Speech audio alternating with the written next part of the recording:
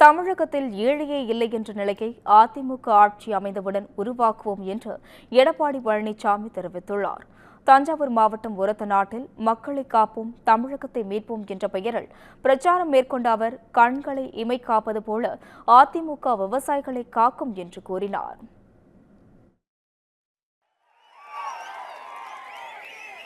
ஆகவே இன்றைக்கு அனைத்து இந்திய அண்ணா திராவிட முன்னேற்ற கழகம் உங்களுடைய கட்சி, இது மக்களுடைய கட்சி.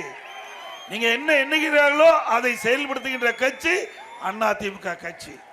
ஆகவேதான் பொன்மனச்செம்மல் புரட்சி தலைவர் எம்ஜிஆர் உருவாக்கிய கட்சி, அம்மா கட்டி காத்த கட்சி. ஏழைகள், ஒடுக்கப்பட்டவர்கள், தாழ்த்தப்பட்டவர்கள் அவருடைய வாழ்க்கை ஏற்றத்திற்கு படிக்கட்டாக இருந்த கட்சி அதிமுக கட்சி. இனி தமிழகத்தில் ஏழை என்ற சொல் இல்லை என்ற நிலையை அதிமுக அமைந்த பிறகு உருவாக்கும். இந்த மாவட்டம் விவசாய பூமி நிறைந்த மாவட்டம்.